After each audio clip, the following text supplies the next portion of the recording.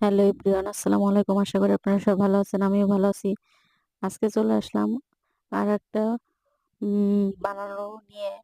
এটা হচ্ছে পেয়ারা, তারপর হচ্ছে কাঁচা গাব, আমাদের দেশে বিলেতি গাব আছে ওগুলা, আর চামড়া, এগুলো সব বানাই খাবে। যে তেঁতুল গুলাই রাখছে, মরিচের গুঁড়া, তেঁতুল এগুলো দিয়ে সব এখন মাখাবে আমার বোনেরা।